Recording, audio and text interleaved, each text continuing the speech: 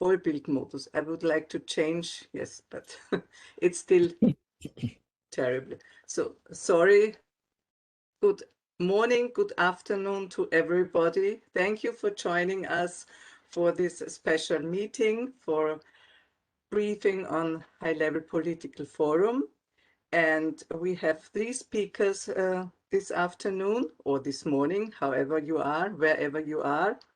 And it's a special pleasure for me to introduce our chair, Anna Alvazzi del Frate. She is an independent consultant on crime and violence prevention. She was previously at the Small Arms Survey, a project of the Graduate Institute of International and Development Studies in Geneva, Switzerland, where she was director of programs between 2016 and 19.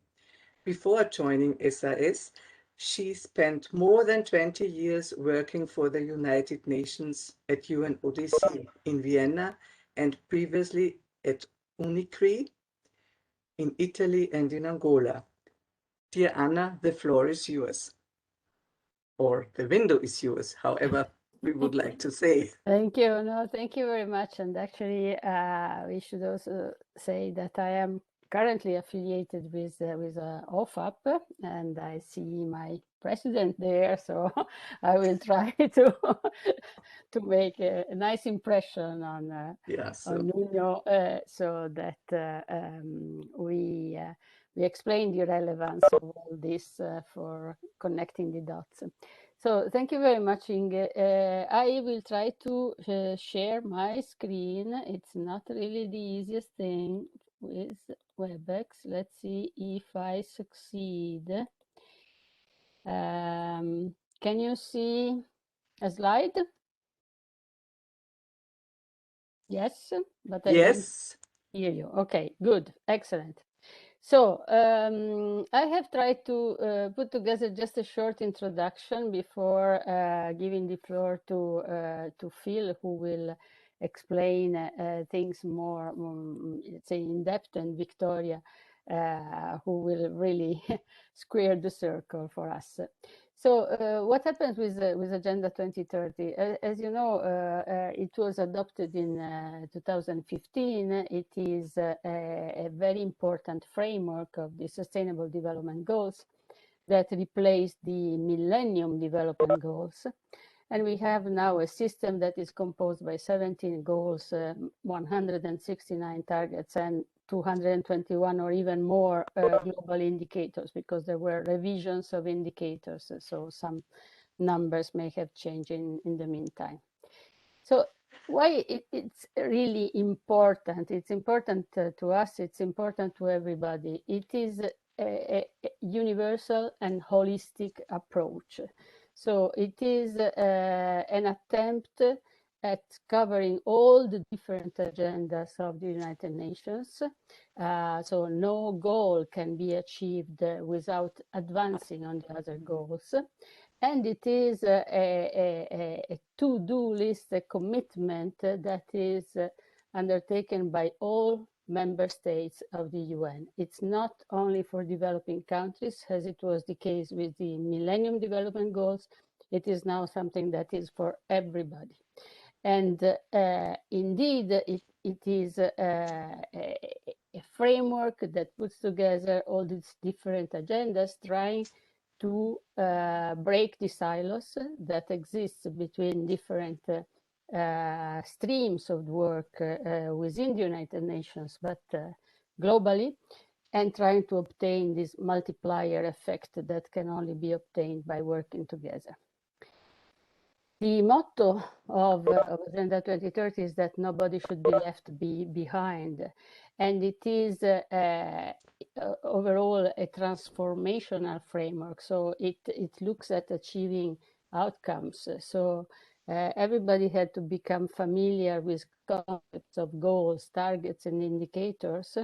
It's not something that is in everyday language, but the emphasis is now placed on monitoring and evaluating the progress.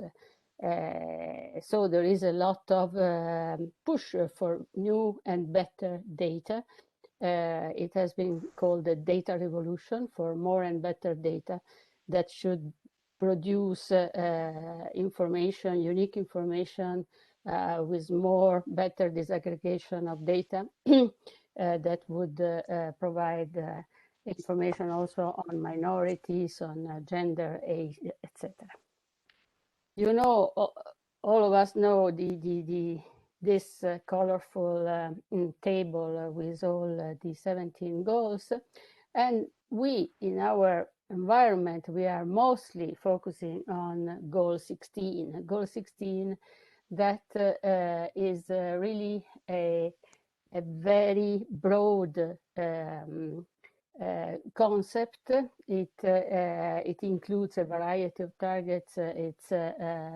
It covers a wide range of issues that go from violence reduction to strong institutions. It includes all the various issues that we are dealing with, and brings together security and development without mentioning security, actually. So there is the only mention of security in the document is this paragraph that I'm highlighting here, that says sustainable development cannot be realized without peace and security, and peace and security will be at risk without sustainable development. That is the miracle of compromise that was achieved during the negotiations of Agenda 2030, where there were many sensitivities about mentioning the link between security and development. And it was obtained with language that sounds neutral, and sometimes it's a bit complicated and a bit redundant, but managed to obtain the consensus with which the agenda was approved. So the priorities that are identified in the goal 16 are, as I said, violence reduction, integrity, rule of law, human rights, and capacity for strong and accountable institutions. So this is what we do. So if you look at these terminology, this is exactly what we are doing in the Alliance. Our members, they are all committed to issues that are related to these topics. So goal 16 is important for them. So what is happening is important for them. And there is a lot of language that is familiar to us, that can be found in the synthesis report of the Secretary General in preparation for Agenda 2030. And you can find really elimination of violence, fair justice systems, fight corruption, reduction of illicit financial and arms flows, etc., etc.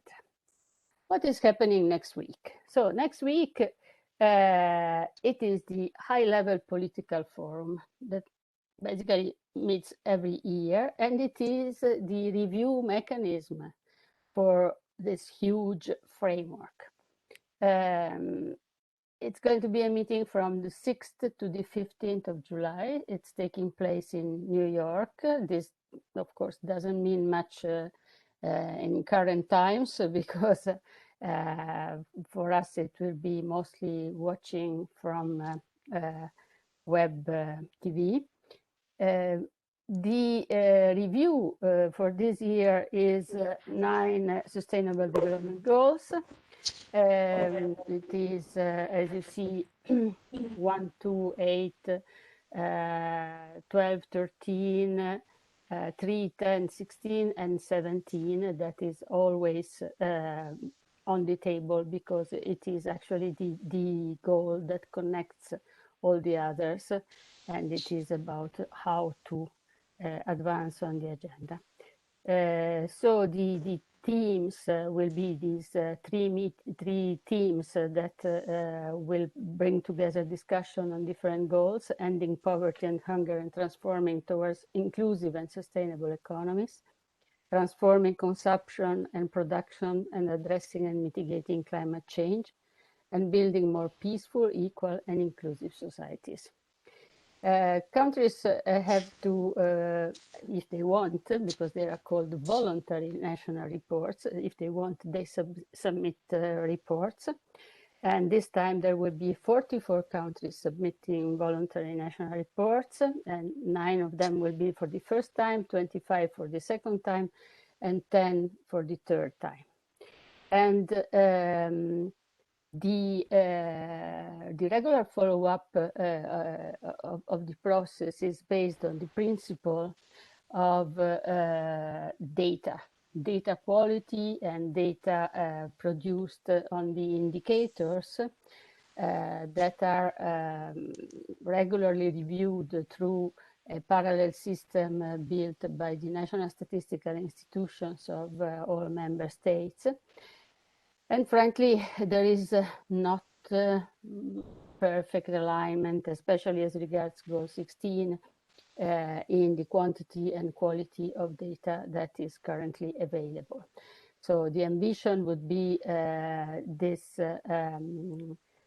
data, high quality, accessible, timely, reliable, and disaggregated by income, sex, age, race, ethnicity, migration status, disability, and geographic location, and other characteristics relevant in national context. For many of the data, unfortunately, were not there. Finally, what is the role of civil society? Of course, this is something that is super important for civil society. First of all, the dissemination of the agenda, it's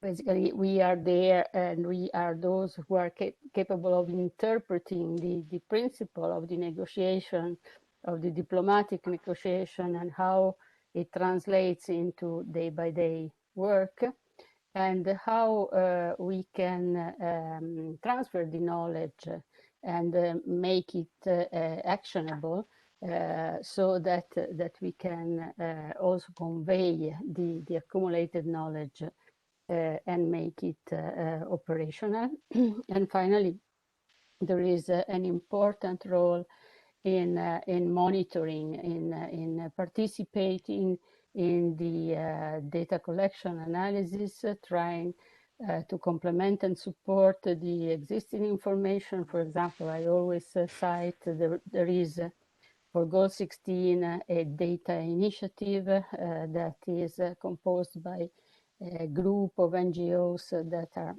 producing and sharing additional complementary information and data to the official framework. Civil society can verify, validate, innovate, advance in methodology, and ensure broad ownership of data.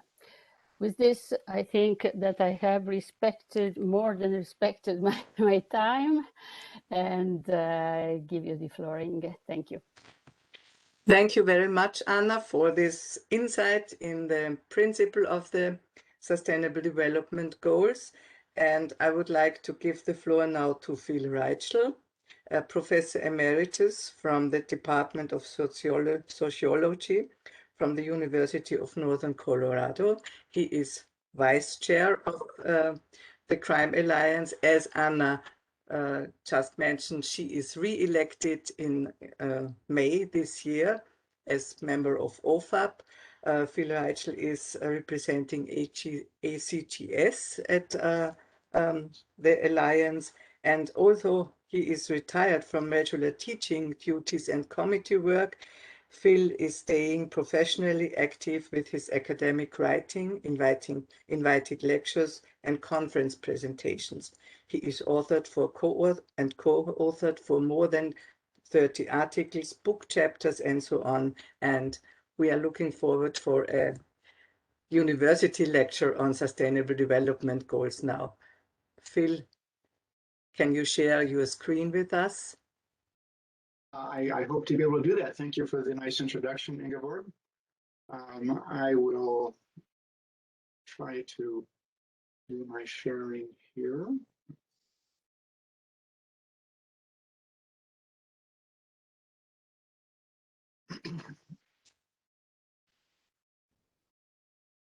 Okay, so hopefully you are now seeing the screen.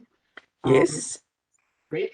Thank you very much. I have not been teaching in a classroom for, well, since about 2013, although I did teach one course that I'll be referring to a little bit later at the University for Peace. That will be a basis for one of my examples. Typically in the classroom, I know when my time is up because the students get up and walk out. I know that you all will be too polite to do that, so I will set my stopwatch here and use that to keep me on track.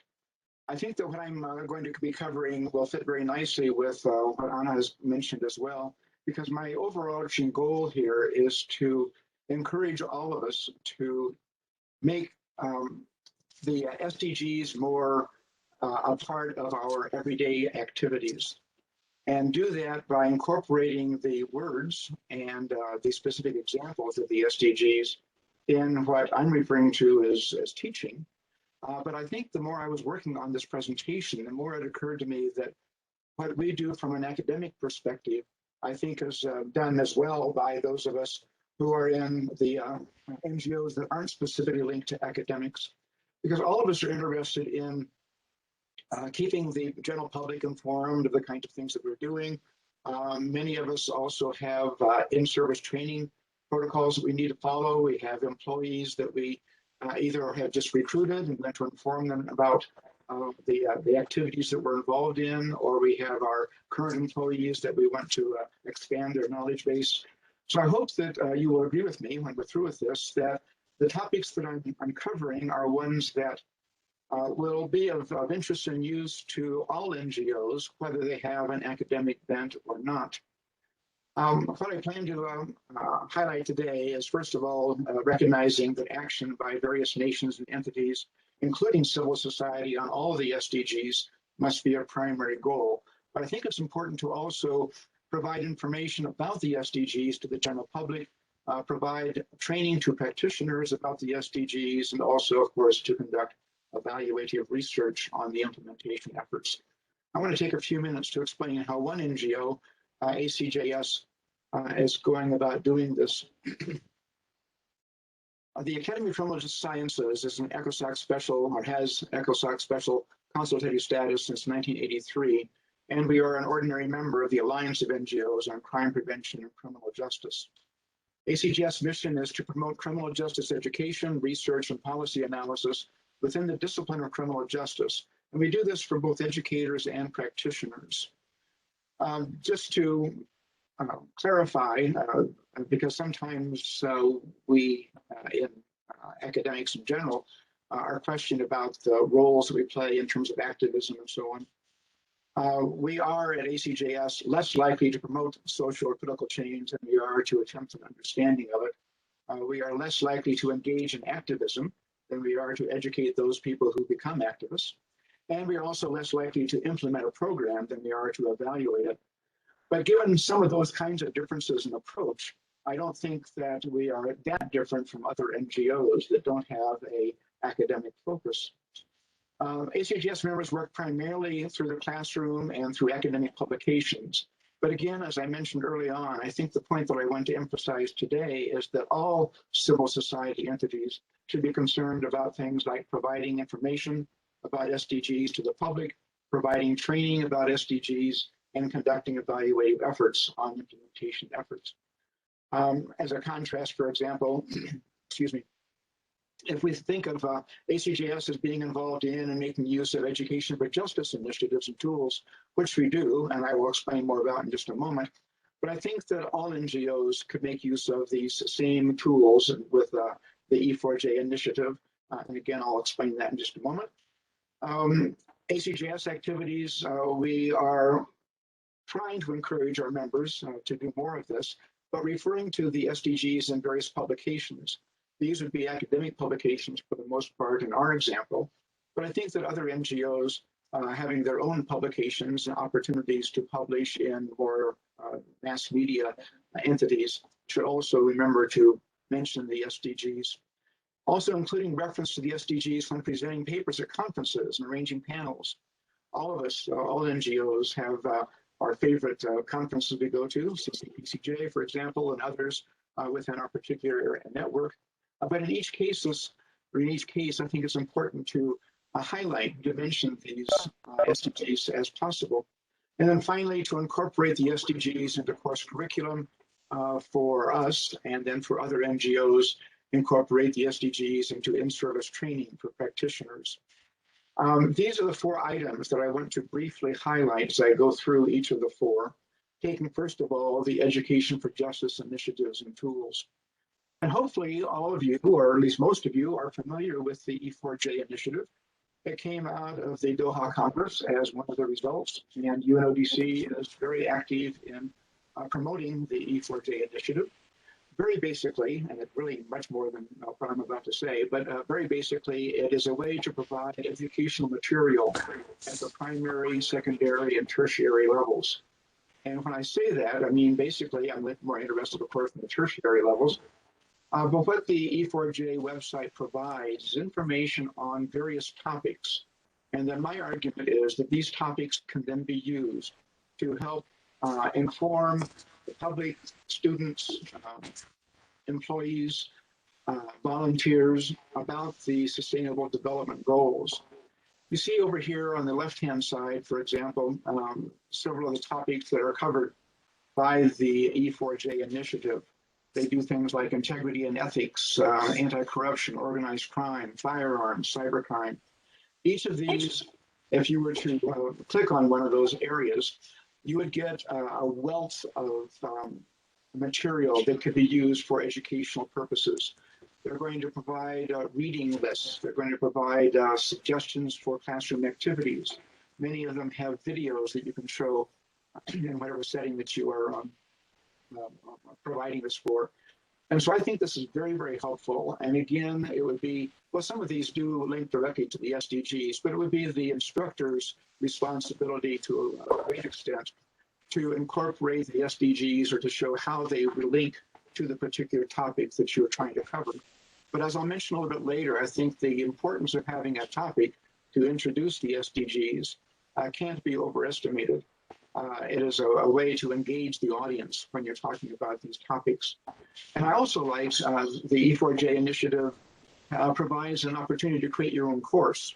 So if you were interested, for example, in incorporating several different topics as you covered one of the Sustainable Development Goals, you would be able to draw from each of these topics. You could click on anti-corruption, for example, and get some readings. And then you could click on wildlife crime and get some more readings.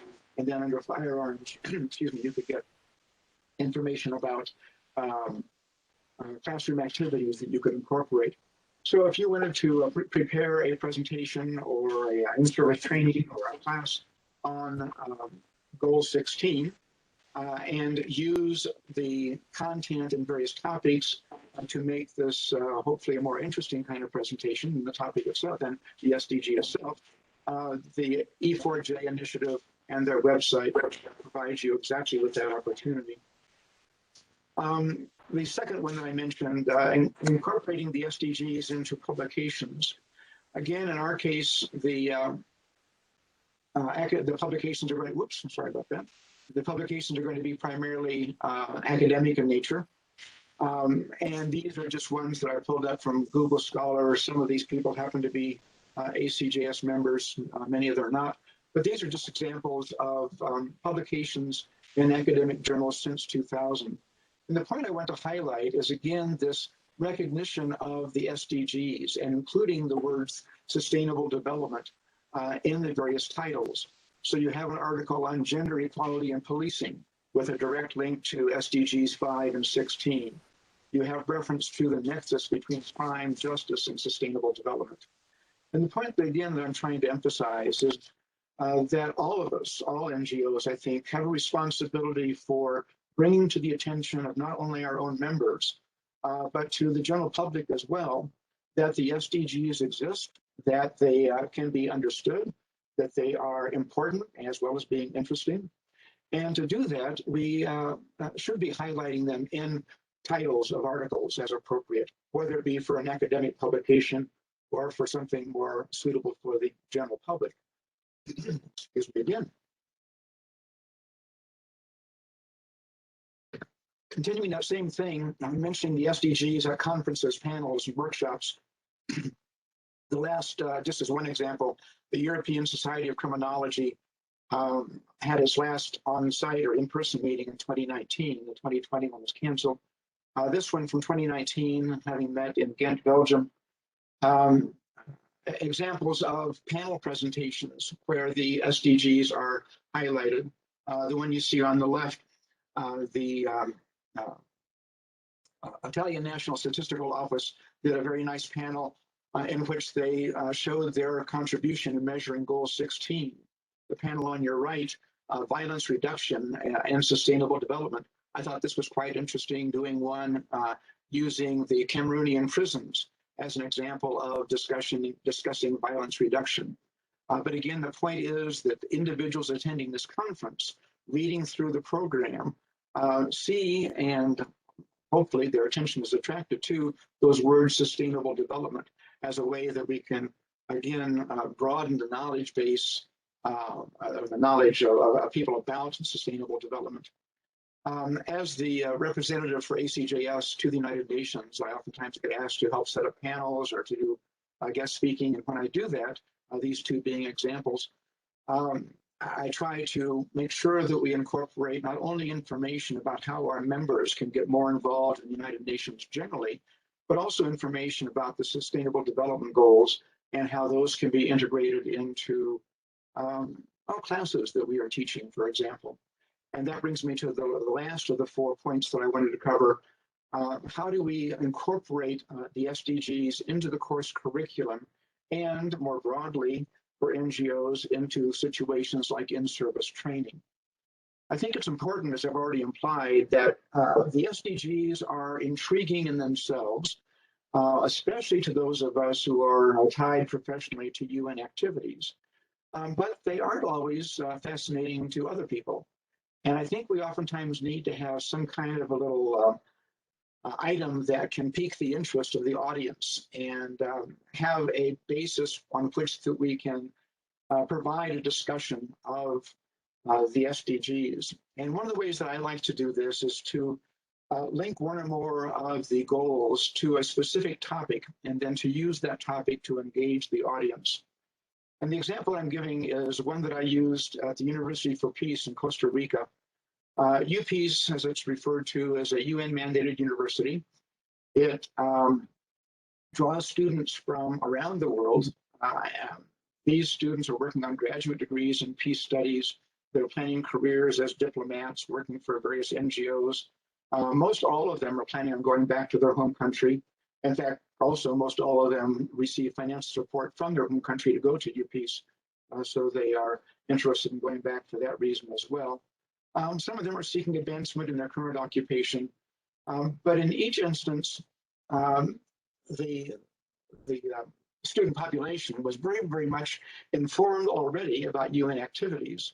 But that also made for very interesting discussions. My friend Slovo Marito asked me to write up the process that I use to share information about sustainable development goals through transnational organized crime. And I was happy to do that.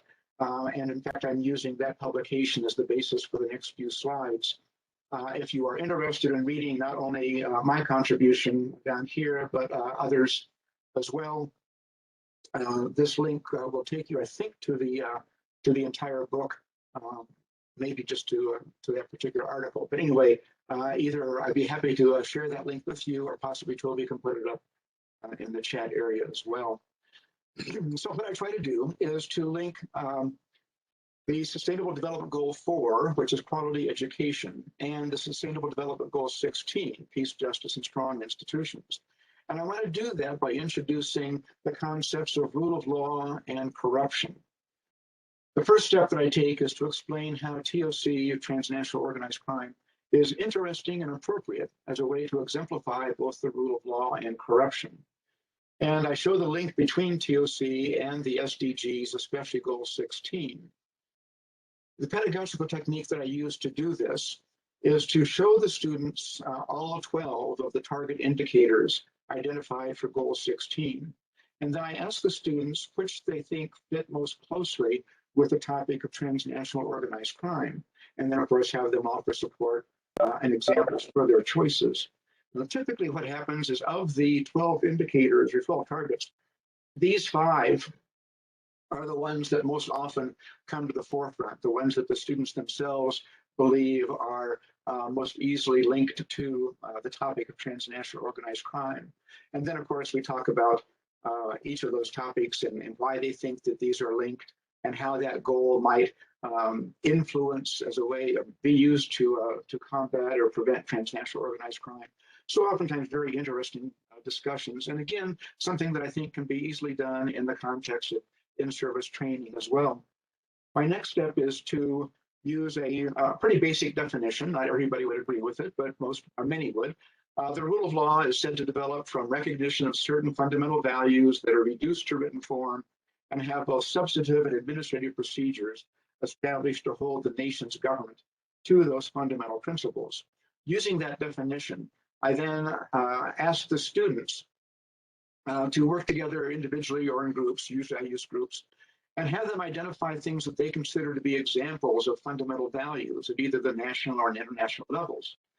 They come up with a variety, usually they're pushing it to come up with more than 10, but after the groups get together again in the classroom as a whole and discuss what each group came up with, then I will also show them information in the general literature working on what are examples of fundamental values. And you see some of those from one example in the pyramid to the right. Equality before the law at the top of the pyramid, things like presumption of innocence, the right to assemble, access to justice. All of these are oftentimes things that the students themselves came up with, oftentimes phrased a little bit differently. And the students would also have a few more they would put in there. But the basic idea here is to get the students to start thinking in terms of what are fundamental values for a nation? And then more specifically, how might the SDGs be used to identify and help enforce those fundamental values? It's easiest to, of course, identify what fundamental values are, much more difficult to enforce those values when a violation has occurred. And the SDGs can be used to help identify those violations when they occur and to get ideas of how to move beyond them. The third step is after the students have grasped the intricacies of the rule of law concept, I ask them to relate or how it relates to transnational organized crime. The discussion either should eventually lead, and typically does, or the instructor leads it this direction, to the topic of corruption, since corruption subverts the rule of law, causes unequal provision of public service, and undermines security. And then we can return to standard goal 16.5 with the note that that goal can't be achieved without addressing corruption as it relates to organized crime. And the technique that I use here is to have students refer to the Corruption Perceptions Index from Transparency International and discuss how those countries that have lower index scores, that is, countries with a higher perception of corruption, compare with those countries having higher scoring countries, which actually are ones with lower perception of corruption. And that always becomes quite intriguing as well, especially, and of course, like the ones at UPeace, where you oftentimes will have, in a class of 15, you'll have students from maybe 12 different countries, and the discussion about how their own country falls on the CPI becomes quite interesting. Now, I do all of these keeping in mind, or at least I try to keep in mind, a point that Ambassador Al-Thani mentioned during the Doha Congress. He stressed that respect for diversity of cultures must always be kept in mind. And I think that's a very, very important point to make. And so I try to do that in the context of what we're discussing now by showing that diversity of cultures is reflected by looking at countries' various legal systems, which fall within, for me anyway, 4 legal traditions. And I identify those 4 legal traditions. Not everybody would agree with these either, but for my purposes, I use the common legal tradition, civil legal tradition, the Islamic tradition, and an Eastern Asia tradition. And then we have a discussion about some of the, for example, here, the primary source of law for each of those legal traditions. We won't get caught up in that now, but the basic idea is that after we explain in the classroom the importance of understanding a country's legal tradition and how that's going to affect how that country responds to the various SDGs. When we are working together, cooperating to try to bring about and to implement the SDGs, it's important for all of us, especially NGOs working cross-nationally, to have an appreciation for and an understanding of those different legal cultures. Some countries are going to rely upon codification of laws, others will rely upon custom, still others are going to seek integration of religion and the justice system, and others still will have a preference for persuasion over punishment. And this appreciation for diversity is needed when we are trying to arrange a cross-national cooperative effort in achieving the SDGs, especially Goal 16. So I think it's important to remember, and I ask that we all do this, refer to the SDGs often and in a variety of situations, whether you're in academics or in NGOs, doing your own training and publications. Don't assume that everyone in the audience, even your own employees oftentimes, is familiar with the broad concept, nor with individual SDGs. Take the time to explain why or how and why what you are proposing, doing, explaining, evaluating, teaching, etc., fit with one or more of the SDGs. Ask folks from the academic NGOs for assistance. Typically, we are more than happy to be of assistance when we can. If you would like some suggestions on classroom activities, pedagogical techniques, making use of the E4J initiative. For example, one of our members, Shay Albanese, was very much involved in working on the E4J initiative. And we have a knowledge base that we are happy to share. And I would encourage you to take advantage of that as you try to implement some of these yourself. I thank you for your attention. And while I was not as good as Anna was about speaking with the time, I don't think I did too badly. So let me unshare my screen, which I think is going right up here. Thank you very much, Phil, for your lecture on SDGs, and thank you for mentioning and introducing UNODC work as well. We are happy to have a civil society team here as well. They can be proud of their contributions to the SDGs. And now we are really honored to have Victoria Estrada on our panel. She is not only Vice President at Large of Congo, she is member of Tianova International, an NGO dedicated to the development of people, communities, and organizations. And this is why we invited her and are so honored that she is here. She is one of the global organizing partners of the NGO Major Group, and as such, part of the steering group of the Major Group and other stakeholders, the so-called MGOs. Her role is to facilitate the participation and engagement of the NGO Major Group in particular, and the MGOs in general in the high-level political forum. And the Alliance is proud to be a member of the NGO Major Group as well. Victoria, thank you for making it possible to be there with us. I know you are very, very busy these days with all your duties, and we are looking forward to your presentation. Thank you, Ingeborg. The pleasure is mine. I mean, I did my best to be here. I wanted to be here. And thank you for the wonderful introduction, because you have cut my time in at least 30 seconds. So I appreciate that. Thank you very much. And yes, I would like to thank you, the Alliance of NGOs on Crime and Prevention and Criminal Justice, for the invitation to participate in this event, and especially to Ingeborg, as well as Liberato Bautista, the president of Congo, the Conference of Non-Governmental Organizations in Consultative Status with the United Nations, for his endorsement. And in my presentation, like Ingeborg has mentioned, I'm gonna introduce the HLPF from the perspective, you can see mine, right? Yes. Okay, let me share. Yes. So I'm going to introduce a high-level political forum on sustainable development from the perspective of the major group, but most of all from the perspective of the major groups and other stakeholders. And okay, you will see in my presentations many similarities with Anna's presentations, But believe me, we didn't coordinate in advance to make them similar, but it's like-minded. So as Anna mentioned, in September 2015, the United Nations General Assembly adopted the 23rd Agenda for Sustainable Development to guide sustainable development efforts, focusing on people, the planet, prosperity, peace, and partnership for the period from 2016 to 2030. As you may know, the agenda is universal, applicable to all countries, and considers different national realities, capacities, and levels of development, and respecting national policies and priorities.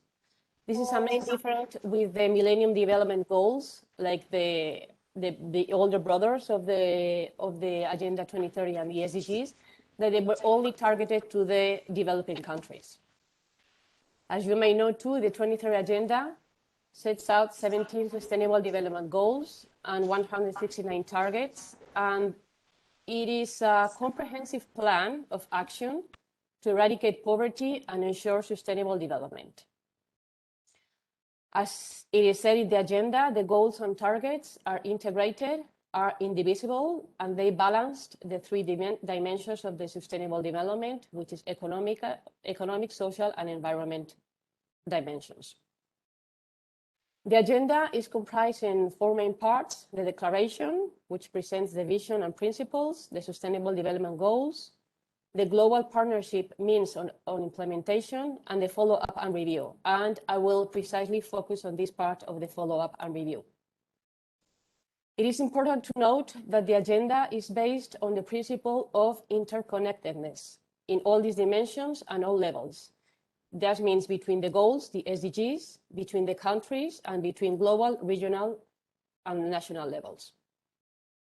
The agenda calls for all countries and all peoples to make a collective effort on sustainable development. This highlights the idea of that the 23rd Agenda is a global partnership for sustainable development, and that's why we are here. In this triangle on your side right of the screen, you could see the four parts of the agenda that I mentioned: vision and principles, global partnership means and implementation, the SDGs, and the follow-up and review.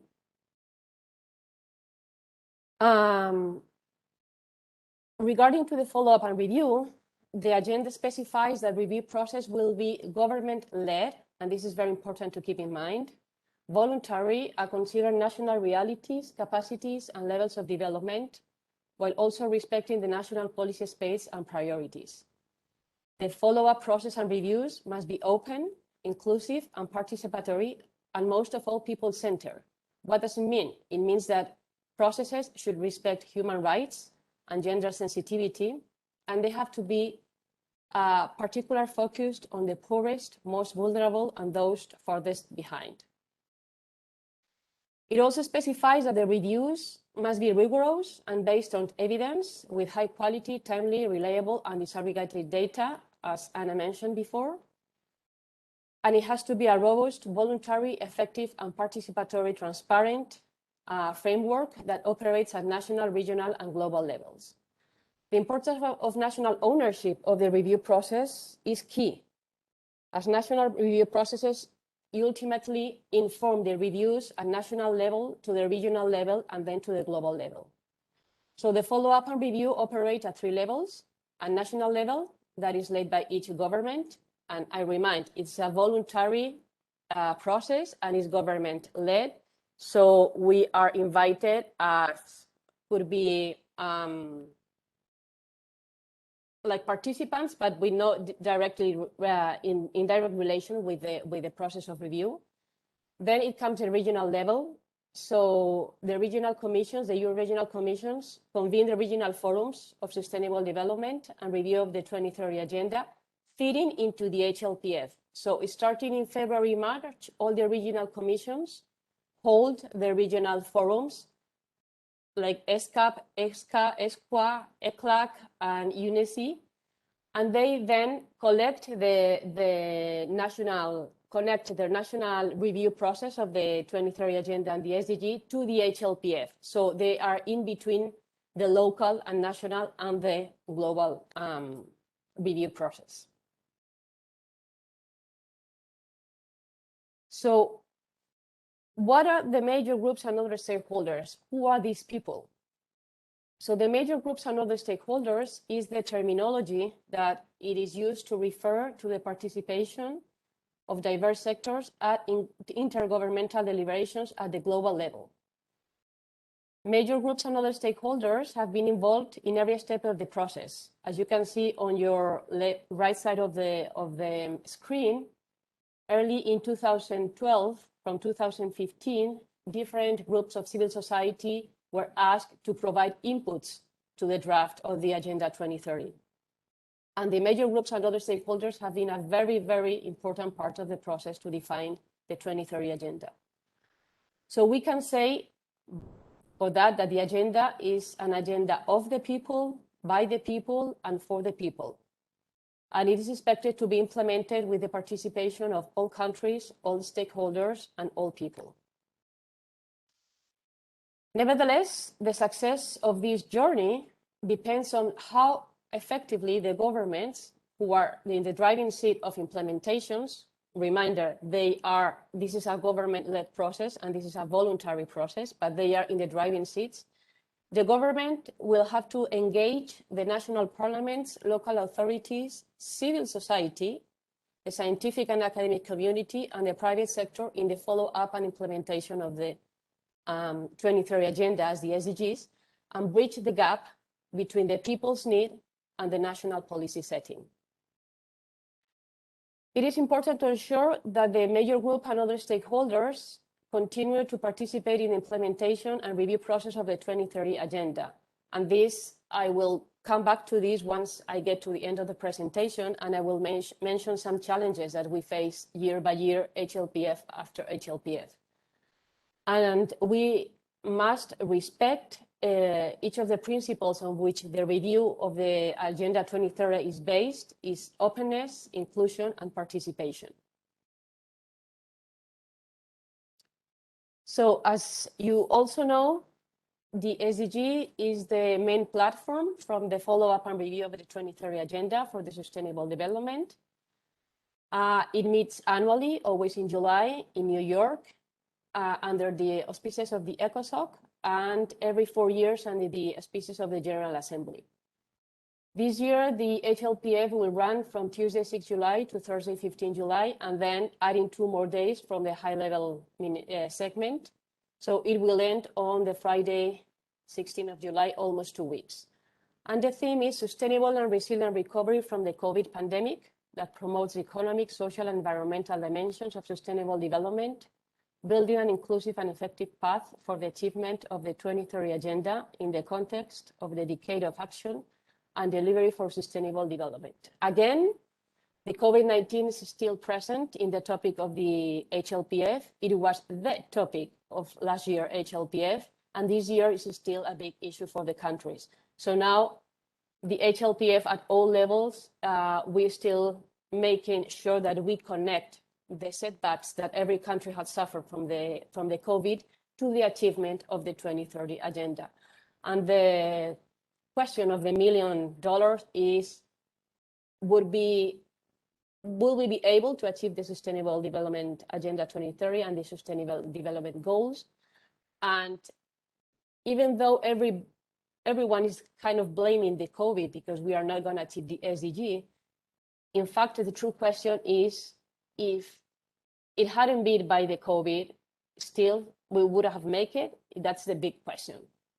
So this year, the SDGs under review are the 1, 2, 3, 8, 10, 12, 13, 16, and 17. There are 9 SDGs under review. Each year, they are a different package of SDGs are reviewed, but the goal 17 is always reviewed. And for us, the civil society, is one of the most important goals, the 17, because it stresses the partnerships among us. As Anne mentioned before also, 43 countries will also carry the voluntary national reviews of their implementation of the 2030 agenda. So from 10 countries from Africa, 14 from Asia Pacific, 8 from Europe, and 11 from Latin America and the Caribbean. Again, this is a voluntary process. So the countries decide to come to the HLPF and to present how they are doing in implementing the SDGs. I will mention later that civil society should be included in the very national process, and that for us is a very strong point of advocacy for us, for the civil society. But we are most included in the last stage, in the global stage in the HLPF. But again, civil society would be considered in all levels, from the national and local to the regional, once the regional commissions of the UN organizes the regional forums on sustainable development, and of course in the HLPF. Even though the most famous or popular feature of the HLPF are the VNRs, the voluntary national reviews, the main outcome of the HLPF is a ministerial declaration, and is still under negotiation. I think yesterday they had the last 2 sessions. The countries are still in disagreement, so they haven't reached consensus yet. And we expect from the civil society that they reach consensus before the end of the HLPF, so the ministerial declaration can be adopted on Friday, 16th of July. So here you can see all the 21 major groups and other stakeholders.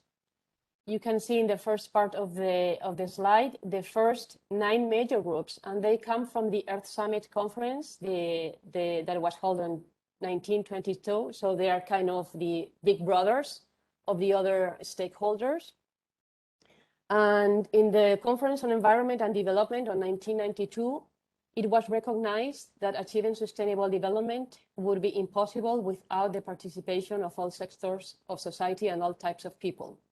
So then the Agenda 21 formalized these 9 sectors of society as the main channels to facilitate the participation of civil society in UN activities related to the sustainable development. And these sectors that you can see in the upper part of the slide are the 9 major groups.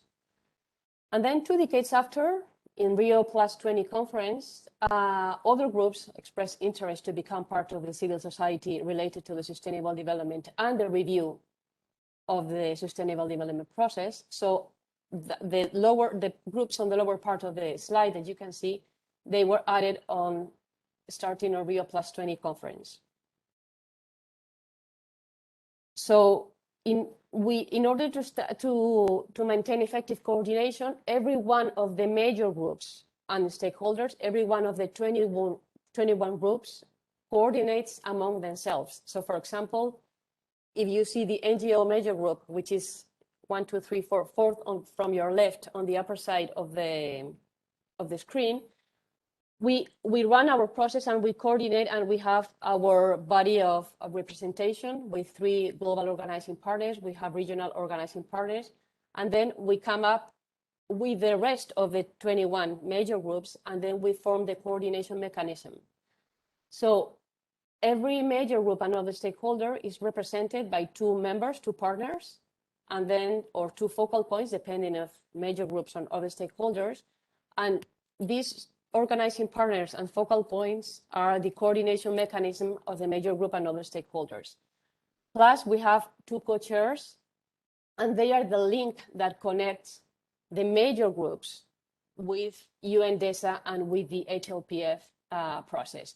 So this coordination mechanism is the result of the civil society working since 1922 with the United Nations to be represented in every stage of the Sustainable Development review process.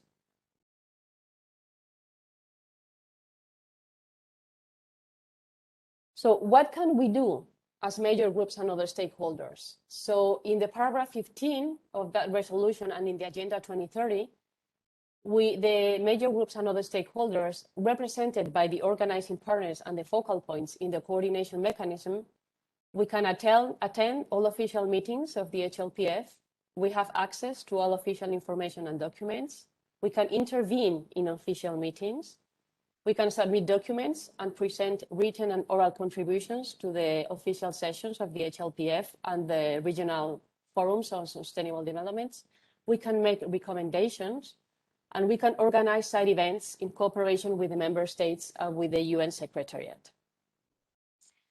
So the the main objectives of the coordination mechanism of the major groups and other stakeholders are as listed in the slide: to ensure broad, open, and transparent and inclusive participation of civil society in the HLPF, to facilitate the coordination and promote the participation of civil society and stakeholders in the HLPF process, including organizations that are not part of the major groups and coordination mechanisms, and also including that organizations that have not ECOSOC status.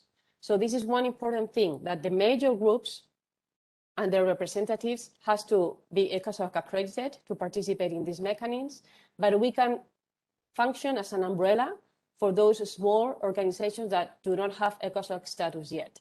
So we try to bring the voices of the farthest left behind, or the more poorest, or the indigenous communities, really to acting as a conduct to connect the grassroots level to the global level and the HLPF.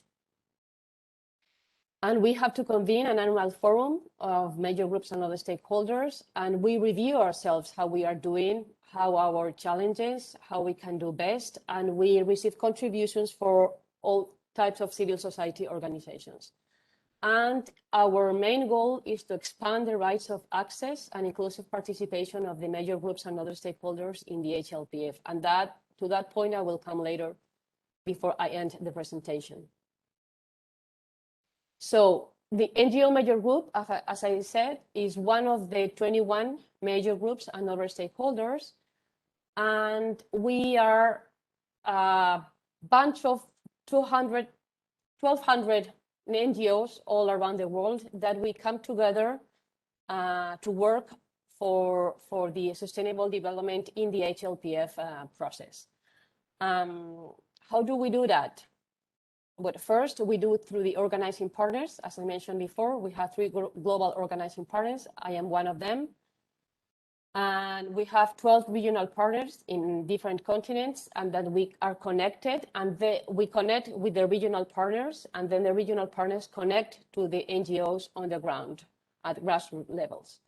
Then we organize around thematic clusters, and we do that because we are a very diverse group. I think we are the most diverse group within the major groups and other stakeholders.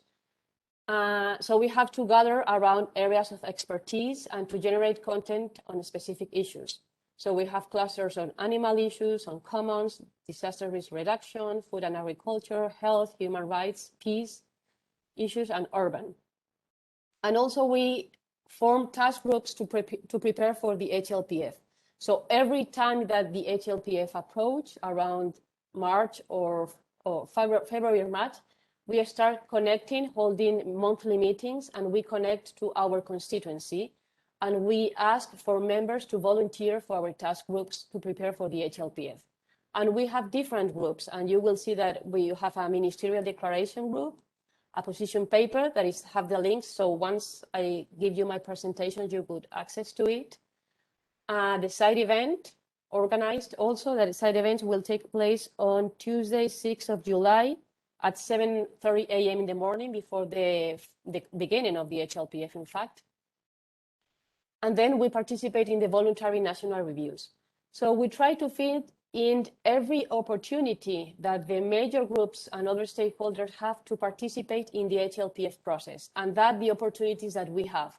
We are allowed as major groups and other stakeholders to participate in the informal meetings of the ministerial declaration, and we can submit proposals on language, for example, or on topics or on issues of concern. In our position paper, we reflect what we think about the challenges of the HLPF, or how the countries are doing, or the lack of interconnectedness between us. Also in the side event, we try to this year to focus on different topics. So this year the topic is going to be reimagining the future we need, community voices for a healthy, green, and just recovery. So we try to get together all the different expertise that we have in the NGO major group through the thematic clusters, and we try to gather and put together a side event that reflects all the different views from different perspectives. And also in the voluntary national reviews that will come up later, because we do this in coordination with the rest of the major groups and other stakeholders. So as I mentioned before, we are 21 groups. The global organizing partners of the major groups and the focal points of the stakeholders form the coordination mechanism of the major groups and other stakeholders.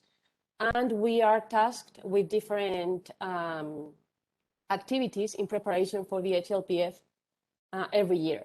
So for example, you have the overall coordination that relies to the co-chairs that I mentioned before. We have two co-chairs, Stefano and Mabel, and they are the main link with DESA, and they are in charge of the overall coordination of the coordination mechanism. Then we have another advocacy and HLPF reform task team, and they are very involved, for example, in the informal sessions where the ministerial declaration is debated and negotiated. So we are allowed to have one representative of each of the major groups and other stakeholders in the ministerial declaration informal sessions, but only we are allowed to speak twice. I mean, meaning only two of the 21 representatives are allowed to speak. Then we have major group collective events and side events parallel to the HLPF. So as I mentioned before, the NGO major group side event will take place on Tuesday, and the rest of the major groups and other stakeholders will organize their own side event. But also we have an official session as MGOS. We have in the last day on Friday from 3 to 5, we will have just an official session in the official program just dedicated to us. And we expect the participation, of course, of member states and high-level officials from the UN. Then we have a VNR engagement task team that is really, really busy. So the VNRs is the sessions where the country present how they are doing in the implementation and following up of the 2030 agenda. The countries, there are sometimes first presenters, second presenters, and third-time presenters. And the civil society, through the coordination mechanism of the major groups and other stakeholders, can attend to those sessions. And we have 2 minutes to intervene. So in these 2 minutes, we can make an oral statement and ask a question to the country. Of course, you can imagine this is like the hot topic on the HLPF. There are so many organizations around the world that want to have an opportunity to interact with their government officials around how the government is doing in implementing the HLPF. So we organize across the 21 major groups and other stakeholders, and we select a speaker to be in each of the 1 VNRs to make our voices heard. Then we have the selection processes task team. And this group is in charge to select lead discussants from the major groups and other stakeholders to participate in the official sessions of the HLPF, and to select speakers to do interventions from the floor in the official sessions. Then we have another task group working on the MGOS website, individual website like the major group, like the NGO major group, and the major group and other stakeholders common website that is still in progress. And then we have an NGO organization and development task team that is always, in fact, just like the administration of our coordination mechanism. So we receive every year applications from constituencies that want to belong to the coordination mechanism, and then this task group reviews them. And also we review our bylaws to say that, and how do we function with UNDESA and the HLPF.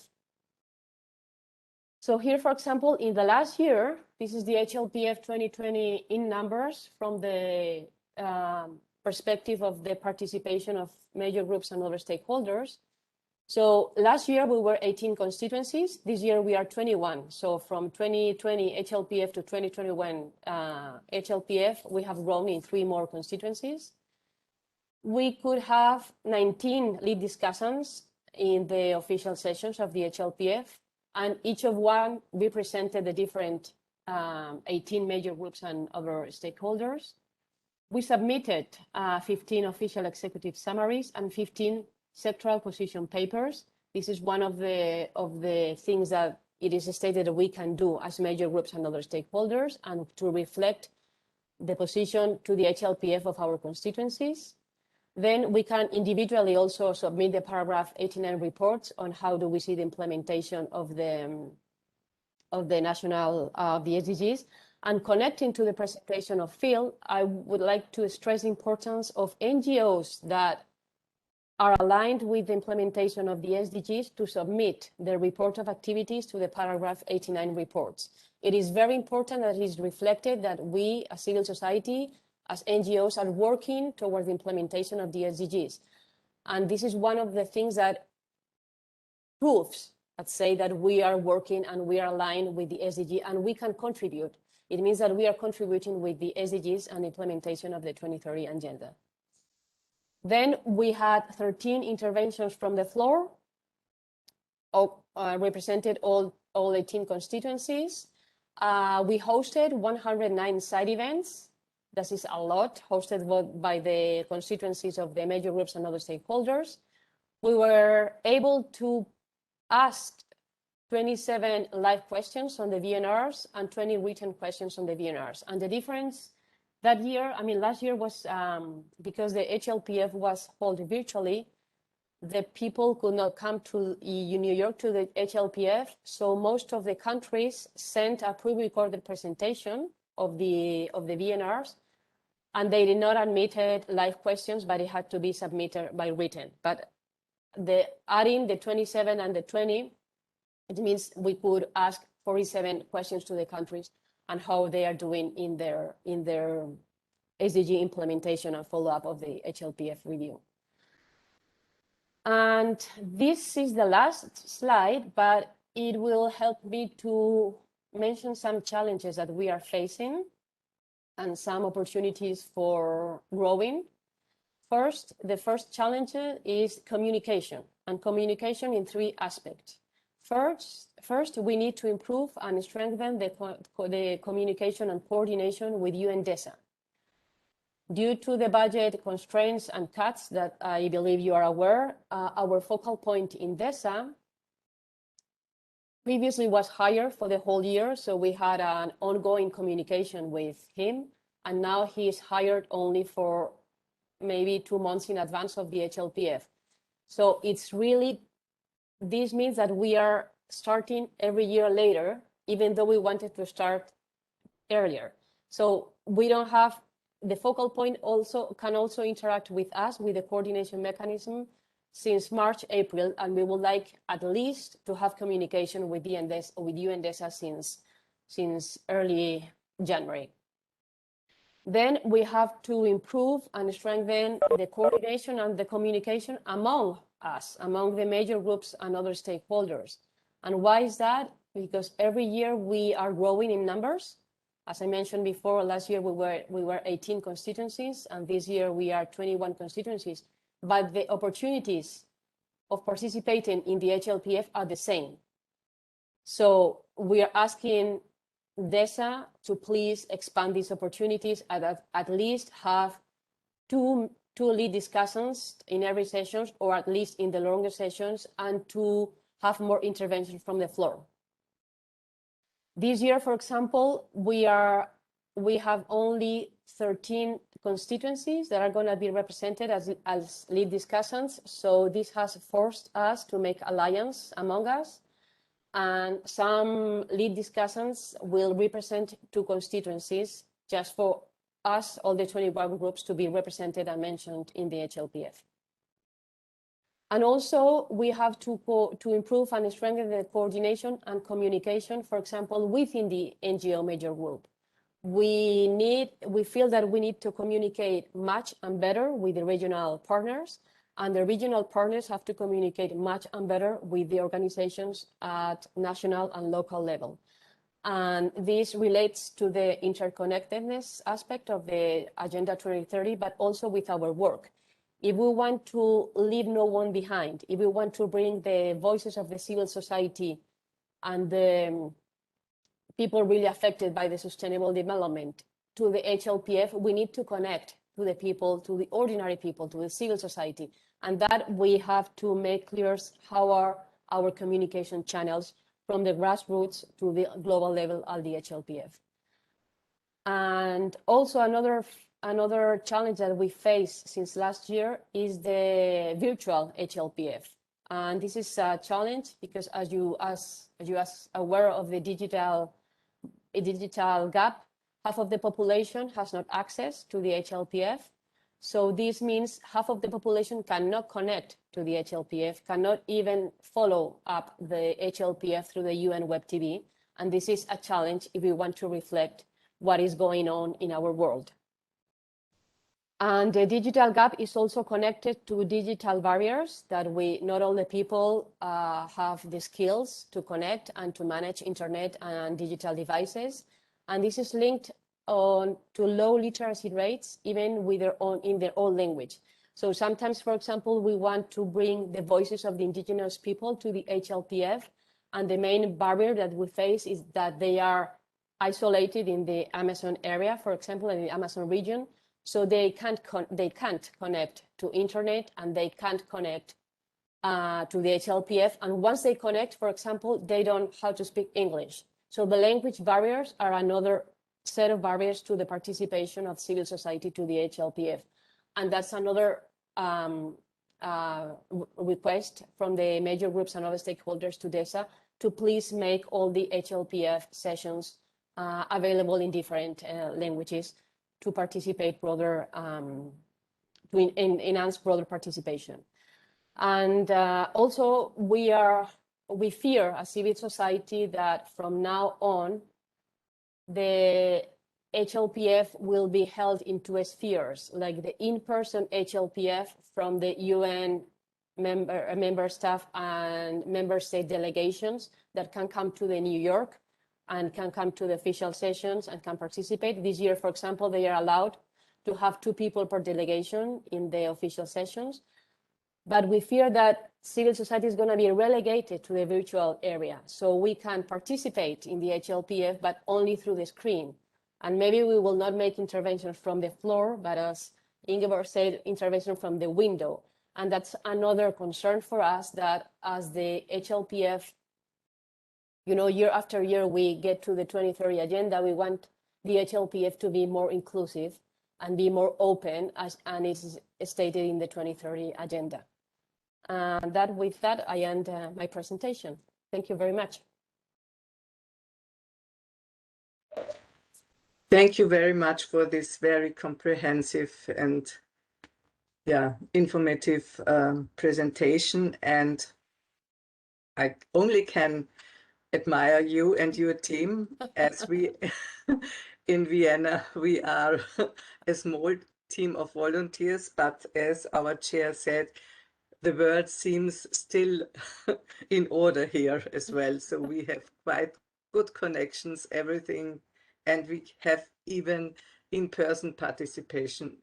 It's very limited to NGOs, but we have in-person participation here. So I have to say that much of the work of the NGO major group is done by our members, and they do it in a voluntary basis. So they are working since March in different aspects, in the ministerial declaration, the position paper, putting on the side event. And we are very grateful for that, because we know even the organizing parties, we have another job, like a paid job, and this is volunteering. Yeah. That is the only way to get through the meaningful participation of the civil society. Yeah. Thank you, Ingeborg. So thank you very much. And we have still some time for discussion and question and answers. I have only compliments in the chat up to now. That it was very informative and the presentations would be very useful for all of them. And if you will allow us, we will make it available on the website. I will send it to you later for the Alliance. So, yes, sure. Yes, thank you.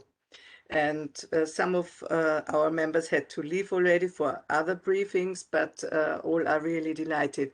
And the floor is open for some questions. Do we have questions?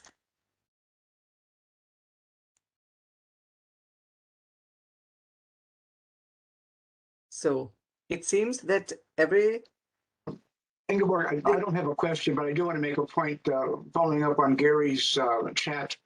I knew this and was planning on incorporating it and completely forgot to do so. But much to Gary Hill's efforts in setting up the Kyoto conference sessions, ancillary sessions, he asked those of us that were sitting at panels to identify which SDGs our panels or individual presentations were going to cover. And that was an excellent way. Even now you can go to that website of the ancillary meetings and you can search by SDGs. So I apologize for having forgotten that very important thing that Gary worked very hard on doing. I'm sorry that he's gone now, but I'm pleased that he was able to bring that up to the right point. And Victoria's thematic themes are all related to the Vienna topics of UNODC as well. So from wildlife and the last one, I don't know what it, but I thought this is all what the topics are in Vienna as well. Anna, would you like to have a question, please? Yes, no, I wanted to thank both Phil and Victoria, because I think that it's the first time that we deal with the SDGs in this professional way. It is true that we are all making efforts, but sometimes we have the feeling that talking about the SDGs is a little bit like ticking a box. And as you remember, the dealing with the SDGs is a standing item on the agenda of the Crime Commission. And when we get there, it's always a bit, oh yeah, well, we have done this and this and this, and you start ticking boxes.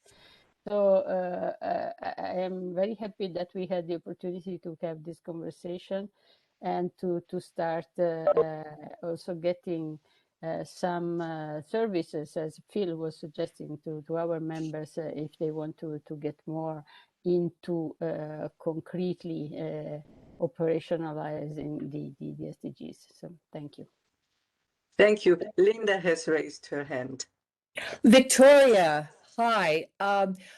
If you can say, what are the points of contention with the zero draft or ministerial declaration? You said that there's some disagreement between the states.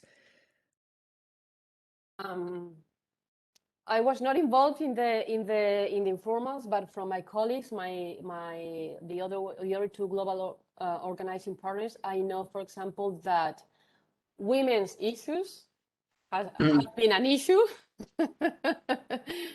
And also related, for example, to family planning, women's rights. The concept of One Health, I don't know if you are familiar with that.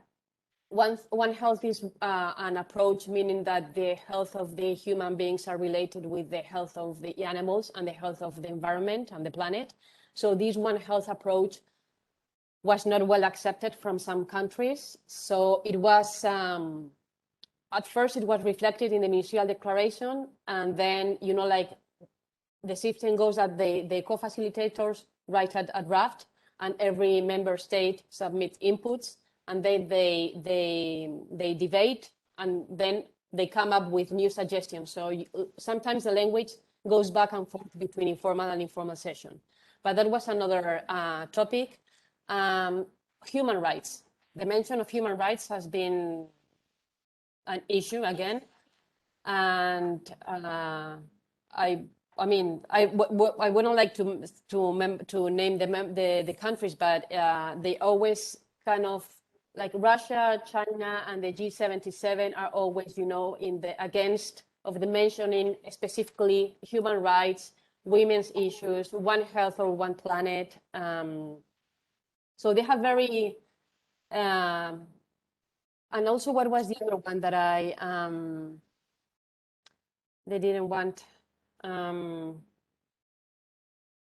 I think also with the with leaving no one behind and mentioning some specific vulnerable populations. Yes, vulnerable populations, they didn't want to mention in some specific paragraphs.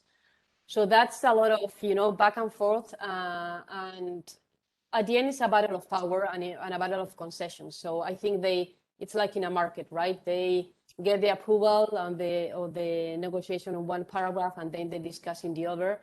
But we hope as civil society that they can reach an agreement and the ministerial declaration can be adopted at the end of the HLPF. Last year it was very difficult, and we don't want to take the risk to, you know, like the HLPF end without a ministerial declaration. That opens up the door to whatever. Yeah. Thank you. Thank you.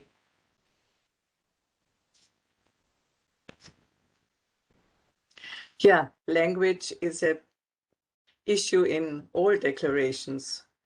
So all different declarations we have. I also wanted to add, related to the point of the SDGs, that don't forget that the SDGs, as I mentioned in the presentation, is kind of the countries have ownership on them, right? So is the countries who decide what SDGs they want to work on or what SDGs they want to implement. They don't have to work on the 17 SDGs. They can pick and choose what are the SDGs that are connected with the areas of development of their own countries. So for you, like an alliance working on crime prevention, I think it would be very helpful to go to the VNR reports that the countries are presenting and look for mentioning in these reports for the countries mentioning the SDG 16 or the SDG 17. So that gives you some kind of a certainty that the countries are including the topic that you are working on in their SDG agenda.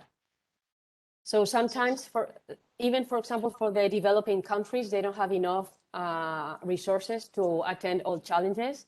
So they can focus, for example, on poverty or on health, but they don't explicit how they are addressing poverty and health.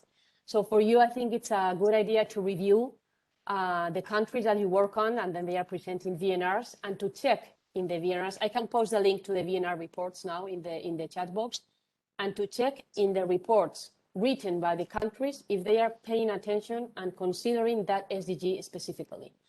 And then you can connect with the VNR or the regional partners and connect you with the VNR task team, which they group to address, you know, like the country, for example, when they, in the presentation, they will make some questions and they can address why are you not addressing, for example, SDG 16 if we are interested in. So that it also exemplifies the connections that we need to have among us, among the local level and the grassroots levels, national, regional, and global.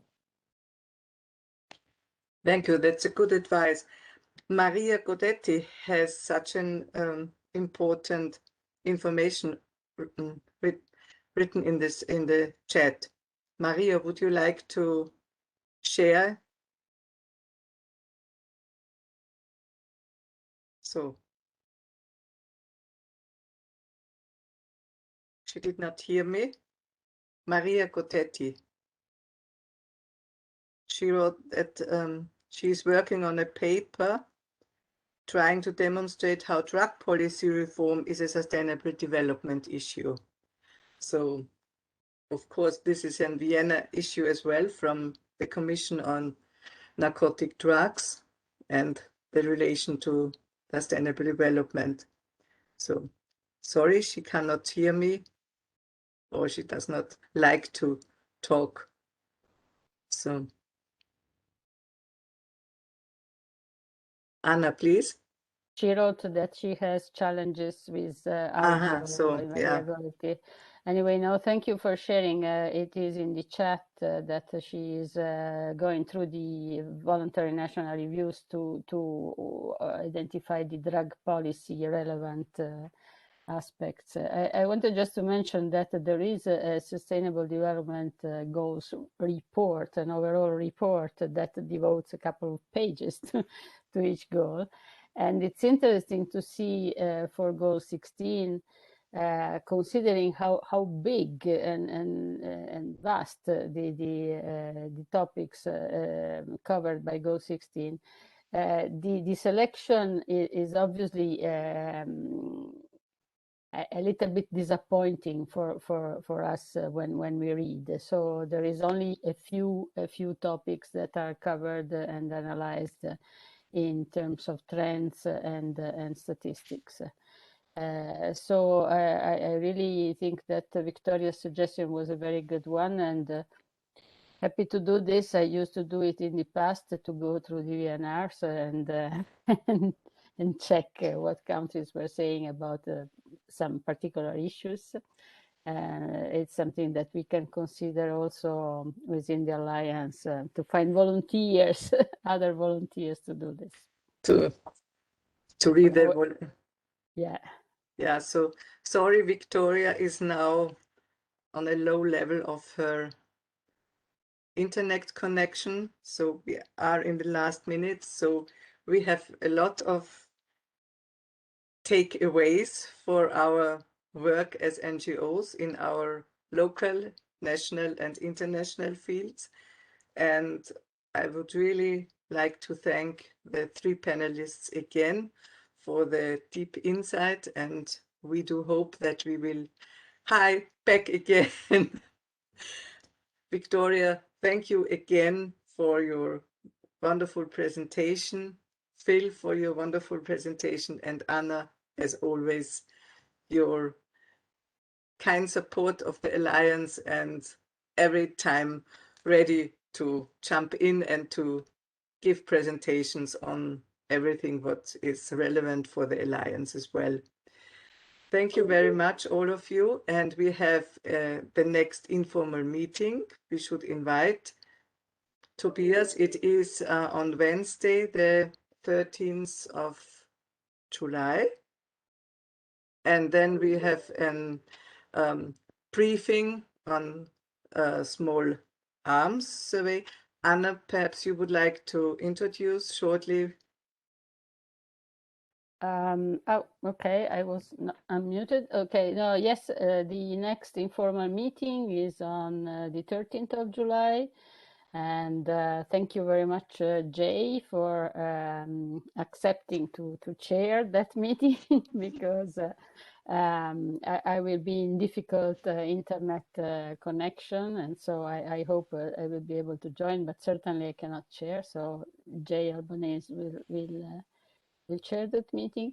And then on the 21st of July, we are going to have a briefing, so a meeting similar to this one, introducing the biennial meeting of states on the program of action on small arms and light weapons that is going to take place in New York in the week of 26th July.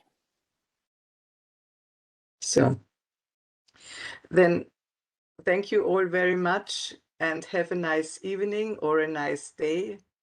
Enjoy the days and enjoy the upcoming high-level political forum.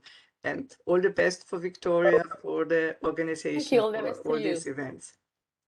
Thank you. Thank you. Bye.